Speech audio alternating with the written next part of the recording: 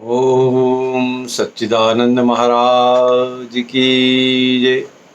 श्री कृष्ण भगवान की जय। ओम विष्णवे नमः विष्णवे नमः विष्णवे नमः।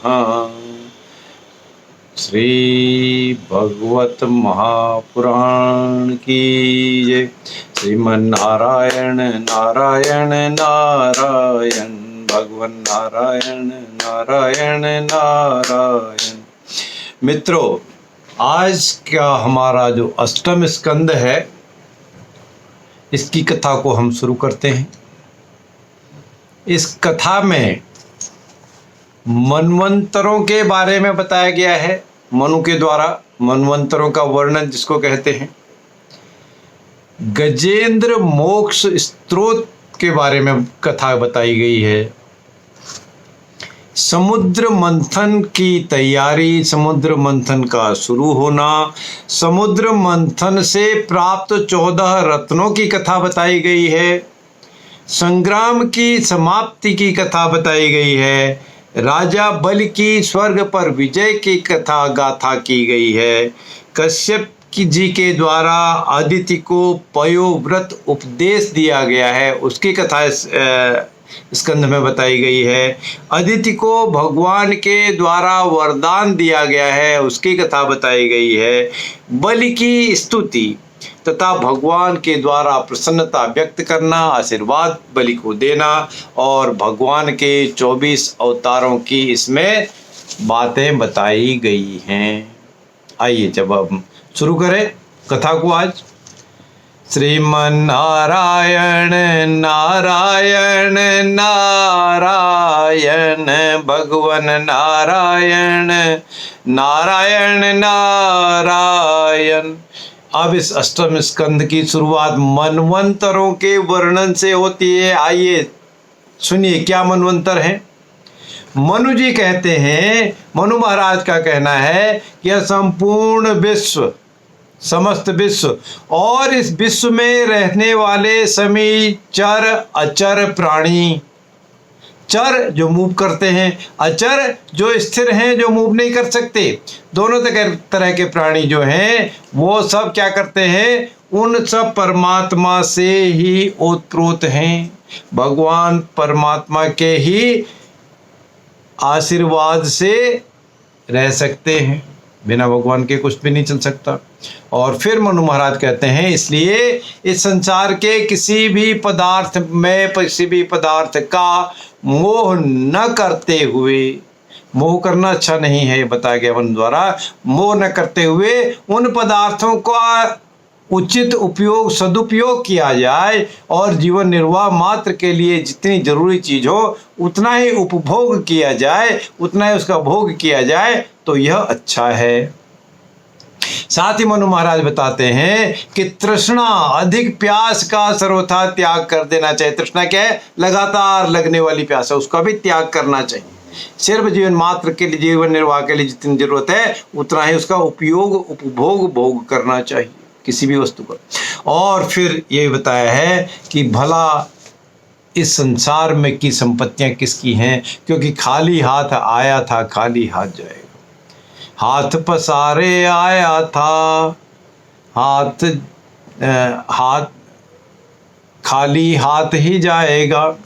फिर इसमें गजेंद्र मोक्षण स्त्रोत सुखदेव जी ने बताया है, हे परीक्षित, जब गजेंद्र ग्राह से अपने को छुड़ाने में सर्वथा असमर्थ हो गया, गजेंद्र में हाथी, ग्राह कहते हैं मगरमच्छ को, जब मगरमच्छ को अपने को नहीं छुड़ा पाया और सोचने लगा कि काल बड़ा बली है, अर्थात उसका समय आ गया, अंतिम समय आ गया, उसकी मृत्यु निश्चित है, तब ऐसा जब गजेंद्र ने ऐसा विचार किया, सोचा, तब सांप के समान बड़े प्रचंड वेग से जो सबको निगल जाने के लिए दौड़ता रहता है, कौन है वो? मगरमच्छ। और साथ में फिर सोचा गजेंद्र ने, इससे अत्यंत भयभीत होकर कोई भी भगवान की शरण में अगर चला जाए तो उससे भगवान अवश्य बचा लेते हैं। सुखदेव जी कहते हैं कि जो भी भगवान की शरण में जाता है, भगवत कृपा उसको अवश्य मिलती है, मिलती ही है। और उसी भय से भीत होकर डर कर मृत्यु भी अपना काम ठीक से पूरा करती है। इसलिए वही प्रभु सबके आश्रय हैं, वही प्रभु सबको बचाने वाले हैं, डुबाने वाले हैं। जैसा आप मांगोगे वैसा वो देने वाले हैं। इसलिए मैं भी उन्हीं प्रभु को शरणागत होकर नतमस्तक रहता हूँ और उनकी शरण को मैं ग्रहण करता हूँ। फिर इसी गजेंद्र मोक्षण स्तोत्र में आगे सुखदेव जी बताते हैं, हे परीक्षित, जब भगवान ने देखा कि गजेंद्र अत्यंत पीड़ित हो रहा है उस ग्राहक के अटैक करने से, उस ग्राहक के द्वारा, उसमें मगरमच्छ के द्वारा पकड़ लिए जाने से, तो एकाएक वो गरुड़ को छोड़कर कूद पड़े। गरुड़ को जिसमें सवारी कर रहे थे छोड़कर कूद गए और उस गजेंद्र पर कृपा की, साथ ही गजेंद्र के साथ ही उस ग्राहक को भी बड़ी शीघ्रता से बाहर निकाल लाए। भगवत कृपा है, भगवान कुछ भी कर सकते हैं। फिर सभी देवताओं के सामने भगवान श्री हरि ने चक्र से उस ग्राह मतलब वही मगरमच्छ का मुंह को फाड़ डाला, अपने सुदर्शन चक्र से उस के मुंह को फाड़ डाला। तो फाड़ने के बाद क्या हुआ, ग्राहक के मुंह को जब फाड़ दिया तो फिर गजेंद्र छूट गए अपने आप, गजेंद्र निकल आए। और जब मुंह फाड़ ही दिया तो वो मगरमच्छ भी कैसे हो गए, मगरमच्छ भी इस दुनिया को छोड़ने की उनकी नौबत आई कि मुंह जब फाड़ दिया उसका सिर उसी में है, तो फिर तो है। फिर सुखदेव जी आगे बताते हैं कि हे परीक्षित, भगवान श्री हरि ने इस प्रकार गजेंद्र का उद्धार करके उसको अपना पार्षद बना लिया, अपना शिष्य बना लिया, अर्थात गजेंद्र ने भगवत स्तुति ही शुरू कर दी। और इसी तरह फिर सुखदेव जी आगे बताते हैं, गंधर्व सिद्ध देवता उनकी इस लीला का गान करने लगे। किसकी? भगवान की लीला का, विष्णु भगवान की लीला का गान करने लगे। और उस गजेंद्र जो पार्षद के रूप में भगवान के रूप में था उसको साथ ले गए और गरुड़ पर स्वयं उस गजेंद्र को भी अब गरुड़ पर सवार कर लिया, खुद भी सवार हो गए और अपने अलौकिक धाम को चले गए, अपने स्थल को चले गए। इसलिए फिर आगे सुखदेव जी कहते हैं, ये पूर्व जन्म के अगस्त मुनि से द्वारा जो शापित राजा इंद्रद्युम्न थे और ग्राह थे, देवल थे, शापित थे और हुहु गंधर्व थे। ये जो शापित थे, अगस्त मुनि के द्वारा शापित थे, राजा इंद्रद्युम्न, ग्राह मगरमच्छ, देवल शापित, हुहु गंधर्व थे। फिर गजेंद्र मोक्ष में ब्रह्मा जी कहते हैं, हे भगवान, आप निर्विकार रूप से, सत्य रूप से, अनंत रूप से, आदि पुरुष हैं। आप सबके हृदय में अंतर्यामी हैं, आप सबके लिए अंतर्यामी हैं और उसी अंतर्यामी स्वरूप से आप सबके मन मस्तिष्क में, हृदय में विराजमान रहते हैं। आप अखंड हैं, आप अनन्य हैं। इसलिए जहाँ जहाँ भी जिसका जिसका मन जाता है, क्योंकि मन की वेग, मन की जो स्पीड है बहुत तेज है, वहाँ आप पहले से ही विद्यमान रहते हैं। भगवान जहाँ भी आपका मन जाए उस वहाँ पर विद्यमान रहते हैं। इसलिए वाणी भी आपका निरूपण नहीं कर सकती, वाणी में भी इतनी शक्ति नहीं है कि आपका गुणगान कर सके। आप सभी देवी देवताओं के आराध्य हैं, आराधनीय हैं, पूजनीय हैं और स्वयं प्रकाशमय हैं। इसलिए हम सब आपके चरणों में नतमस्तक होकर नमस्कार करते हैं। बोलो नारायण नारायण नारायण, श्रीमन नारायण नारायण नारायण, भजमन नारायण नारायण नारायण।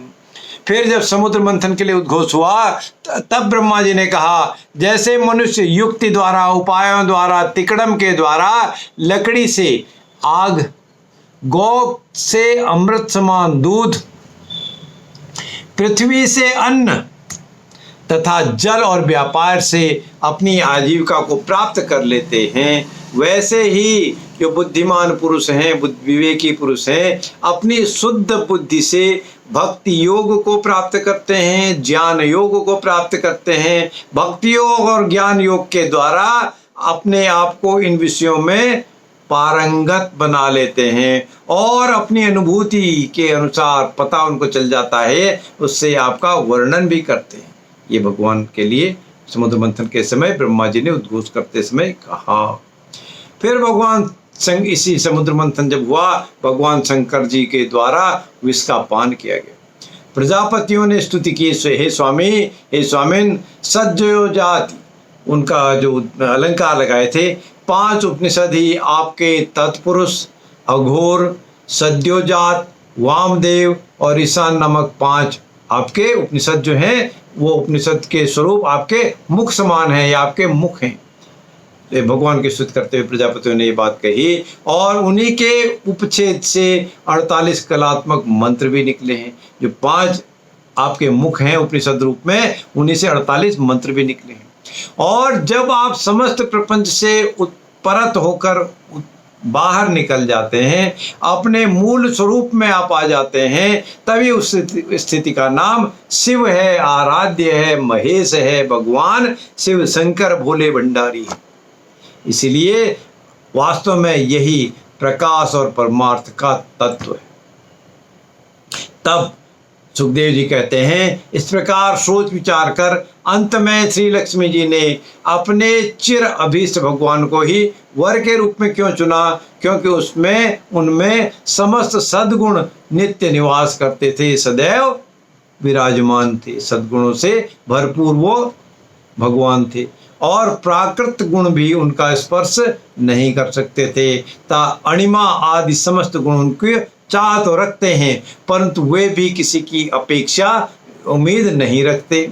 इसलिए वास्तव में लक्ष्मी जी के एकमात्र ही आश्रय केवल और केवल भगवान ही हैं। इसीलिए उन्होंने भगवान को ही वर्ण किया। अब इसके बाद समुद्र मंथन से 14 रत्न निकले।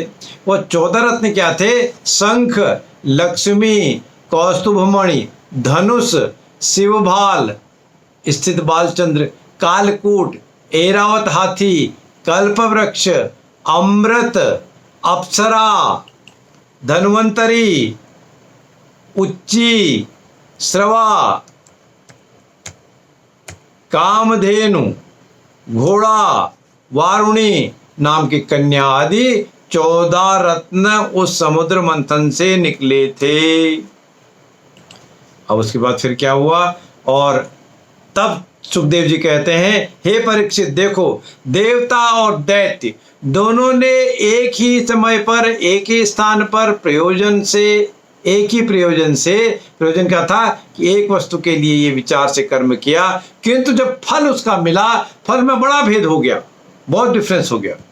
उसमें से देवताओं ने बड़े ही आसानी से, बड़े ही चालाकी से, अपनी कर्मठता से परिश्रम का फल अमृत के रूप में प्राप्त कर लिया, क्योंकि उन्होंने भगवान के चरण कमलों की रज का आश्रय लिया था, चरण कमलों की स्तुति गान किया था। परंतु उन भगवान के चरणों की रज ना लेने से, उसके विमुख हो जाने के कारण परिश्रम करने पर भी, बहुत अधिक परिश्रम करने पर भी असुर उस अमृत से वंचित रह गए। और आगे सुखदेव जी कहते हैं, परीक्षित, हे परीक्षित, असुरों की माया का प्रतिकार करने के लिए बहुत कुछ विचार करने पर भी जब देवी देवताओं को कुछ न सूझा, तो उन्होंने आराध्य भगवान का ध्यान किया। श्रीमन नारायण नारायण नारायण, भगवान नारायण नारायण नारायण, श्रीमन नारायण नारायण नारायण। क्योंकि परम पुरुष, श्रेष्ठ पुरुष, उत्तम पुरुष परमात्मा के प्रकट होते ही उनके प्रभाव से असुरों की वह कपटपूर्ण, कपट भरी माया विलीन हो गई। वो कैसे विलीन हुई? ठीक वैसे विलीन हुई जैसे जग जाने पर स्वप्न की वस्तुओं का पता नहीं चलता। आप स्वप्न में कुछ भी देख रहे हो, लेकिन उनका पता नहीं चलता। इसलिए ठीक ही कहा है, भगवान की स्मृति याद रखने वाली समस्त विपत्तियों से मुक्ति मिलती है। भगवान की स्मृति इसलिए हमारे को सदा करनी ही चाहिए। स्मृति करने से बहुत सारी विपत्तियों से अपने आप ही मुक्ति की प्राप्ति हो जाती है। और इसके बाद संग्राम की समाप्ति हुई। संग्राम की समाप्ति होते हुए राजा बलि ने कहा, हे इंद्र, हे महाराज, हे देव ऋषि, हे देवर्षि, तुम लोग अपने आप को जय पराजय आदि का कारण मानते हो, इसलिए महात्माओं की दृष्टि में तुम सोचनीय हो, इसलिए आपके बारे में सोचा जाता है। हम तुम्हारे मर्म स्पर्शी वचन को स्वीकार ही नहीं करते, तो फिर हमें क्या दुख होने लगा। यही तो ईश्वर की, भगवान की कृपा है, लीला है। फिर संग्राम की समाप्ति पर महादेव जी ने कहा, हे प्रभु, कोई कोई आपको ब्रह्म समझते हैं और दूसरे आपको ब्रह्म स्वरूप धर्म कहते हैं, कोई केवल धर्म भी कहते हैं। ये आपकी प्रकृति है। इस प्रकार आपको कोई प्रकृति और पुरुष से परे परमेश्वर मानते हैं, कोई विमला, कोई उत्कर्षणी, कोई ज्ञान, कोई क्रिया, कोई योग, कोई प्रही, कोई सत्य, कोई ईशान और कोई अनुग्रह आदि आदि 9 शक्तियों से युक्त समस्त पूर्ण परम पुरुष के रूप में मानता है, और दूसरे क्लेश कर्म आदि के बंधन से रहित पूर्वजों के पूर्वज अविनाशी पुरुष के रूप में भी आपका गुणगान किया जाता है, आपको माना जाता है। बोलो नारायण नारायण नारायण, श्रीमन नारायण नारायण नारायण, भगवान नारायण नारायण नारायण। और फिर इस तरह संग्राम की समाप्ति का समय आ गया। संग्राम की समाप्ति के समय से सुखदेव जी ने कहा, हे परीक्षित, इस मनवंतर में इस जो विवेचन है, इसका जो विचार है, इसमें आदित्य, वासु, रुद्र, विश्वदेव, मरुद्रण, अश्विनी कुमार और ऋभु, ये देवताओं के प्रधान गण हैं, और पुरंदर जो नाम के जो गण हैं उनका इंद्र है, और उनका जो पुरंदर है वो इंद्र है। और फिर सुखदेव जी आगे कहते हैं, हे परीक्षित, चतुर्युगी के अंत में समय के उलटफेर से जब श्रुतियाँ नष्ट हो जाती हैं, नष्टप्राय हो जाती हैं, तब सप्तर्षिगण सप्तऋषिगण अपनी तपस्या से पुनः उनका साक्षात्कार करते हैं, और उनके ही श्रुतियों से, उसी साक्षात्कार की श्रुतियों से सनातन धर्म की रक्षा भी होती है। श्रीमन नारायण नारायण नारायण, भजमन नारायण नारायण नारायण। और फिर राजा बलि के द्वारा स्वर्ग पर विजय की प्राप्ति। श्री सुखदेव जी कहते हैं, हे परीक्षित, इस प्रकार ब्राह्मणों की कृपा से युद्ध की सामग्री प्राप्त करके उनके द्वारा स्वस्ति वाचन हो जाने पर राजा बलि ने उन ब्राह्मणों की प्रदक्षिणा की और उनको प्रणाम भी किया, नमस्कार भी किया, और उसके बाद उन्होंने प्रहलाद जी से संभाषण करके प्रहलाद जी के चरणों में भी नमस्कार किया।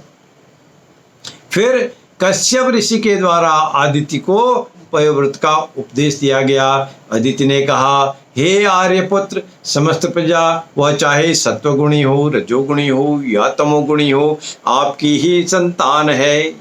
फिर अदिति कहती हैं, कुछ आपके संकल्प से उत्पन्न हुए हैं संतान आपके हैं, और कुछ आपके शरीर से उत्पन्न हुए। इसलिए हे भगवान, इसमें संदेह नहीं है कि आप सब संतानों के प्रति, चाहे असुर हों या देवता हों, एक ही भाव रखते हैं। भगवान सबके लिए एक ही भाव रखते हैं। उनको जैसा पूजन किया जाता है, जैसा विवेचन किया जाता है, जैसी श्रद्धा भक्ति होती, वैसा ही वो फल देते हैं। बाकी किसी के लिए उनको भगवान की पूजन करना, अर्चन करना भगवान की तरफ से रोक टोक नहीं है, मनाही नहीं है। फिर भी स्वयं परमेश्वर अपने भक्तों की अभिलाषा पूर्ण किया जा करते हैं, जैसी जाकी रही भावना जैसी, प्रभु मूरत देखी तिन तैसी। ऐसी भगवान की फल देने की इच्छा है, फल देने का विचार है, इस तरह से भगवान फल देते हैं। फिर अदिति ने कहा, जब अदिति को भगवान प्रकट होकर वर दिया, तब अदिति ने कहा, हे प्रभु अनंत, आप अनंत रूपा हो। जब आप प्रसन्न हो जाते हैं तब मनुष्य को ब्रह्मा जी के द्वारा, ब्रह्मा जी के रूप में दीर्घ आयु देते हैं, बड़ी लंबी उम्र देते हैं, और उन ब्रह्मा जी के समान ही दिव्य शरीर भी देते हैं। प्रत्येक अभीष्ट की आप प्राप्ति करा देते हैं, अभीष्ट वस्तु उसको आप उपलब्ध करा देते हैं। अतुलित बहुत सारा धन दे देते हैं, स्वर्ग में स्थान देते हैं, पृथ्वी का सुख देते हैं, पाताल के दर्शन भी कराते हैं, योग की तमाम समस्त रूपी सिद्धियां देते हैं, धर्म अर्थ काम रूप ये तीनों त्रिवर्गों का भी ज्ञान भी आप देते हैं, इनका सुख भी देते हैं, इनका भोग भी देते हैं। और फिर शत्रुओं पर विजय प्राप्त करना तो छोटी छोटी सी कामनाएं हैं, उस संबंध में तो क्या कहा जाए। इसलिए भगवान आपको नतमस्तक होकर प्रणाम करती हूँ, यह अदिति ने भगवान से कहा जब भगवान ने उनको वर दी। और राजा बलि के यज्ञशाला में भगवान वामन द्वारा अपने दर्शन दिए गए प्राकट्य हुआ। श्री सुखदेव जी तब कहते हैं, पर हे परीक्षित, नर्मदा नदी के उत्तर भाग पर भृगुकच्छ नाम का एक सुंदर स्थान है।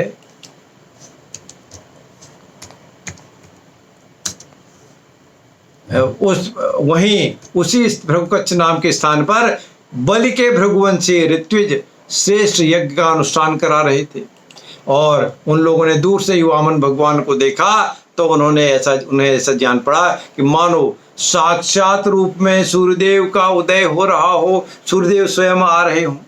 फिर सुखदेव जी कहते हैं भगवान वामन के प्रकट के समय, हे विरोचन कुमार, जो मनुष्य अपने धन को 5 भागों में बांट देता है, वो 5 भाग क्या हैं? कुछ धर्म के लिए, कुछ यश के लिए, कुछ स्वजनों के लिए, और वह इस लोक और परलोक दोनों में सुख पाता है।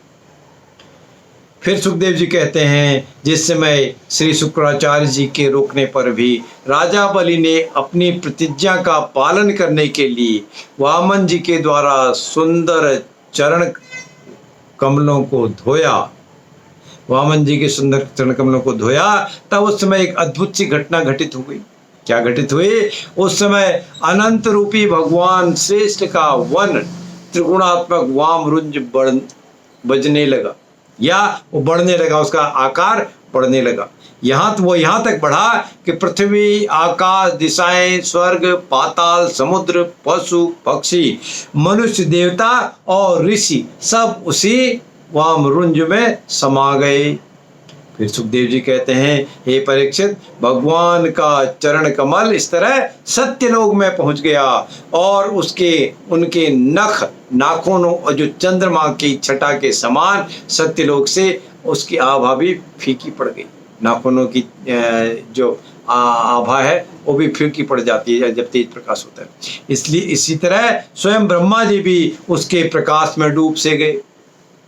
तब उन्होंने मरीचि आदि ऋषियों, सनंदन तथा नैष्ठिक ब्रह्मचारियों और बड़े बड़े योगियों के साथ भगवान के चरण कमलों की आराधना की, अगुवानी की, और तब बलि के द्वारा भगवान की स्तुति की गई और भगवान उस पर जब प्रसन्न हुए तब बलि ने क्या कहा? बलि का संवाद है। बलि ने कहा, देहे देवताओं के आराध्य देव, आपकी कीर्ति बड़ी पवित्र है। श्रीमन नारायण नारायण नारायण, भजमन नारायण नारायण नारायण, श्रीमन नारायण नारायण नारायण। राजा बलि फिर आगे कहते हैं कि हे भगवान, क्या आप मेरी बात को असत्य समझते हैं? यदि आप ऐसा समझते हैं तो मैं उसे सत्य करके दिखाता हूं और आप धोखे में नहीं पड़ेंगे। आप हे भगवान, आप कृपा करके अपना तीसरा पग मेरे सिर पर रख दीजिए, मेरे ऊपर रख दीजिए। फिर शुक्राचार्य जी ने कहा, भगवान, क्योंकि मंत्रों की, अनुष्ठान पद्धति की, देश काल मात्र और वस्तु की सारी भूलें आपके नाम और संकीर्तन से ही पूरी हो जाती हैं, सुधर जाती हैं, और इसलिए आपका नाम सारी त्रुटियों को पूर्ण भी कर लेता है। और फिर क्या होता है? श्री सुखदेव जी कहते हैं, हे परीक्षित, भगवान राजर्षि सत्यव्रत को अपने स्वरूप के संपूर्ण रहस्यों का वर्णन करते ही ज्ञान, भक्ति और कर्मयोग से परिपूर्ण दिव्य पुराण का उपदेश देते हैं। जो उन्होंने उपदेश दिया उसी को मत्स्य पुराण भी कहते हैं, अर्थात वो मत्स्य पुराण के रूप में प्रसिद्ध हुआ पुराण। और इस तरह फिर भगवान के 24 अवतार हुए।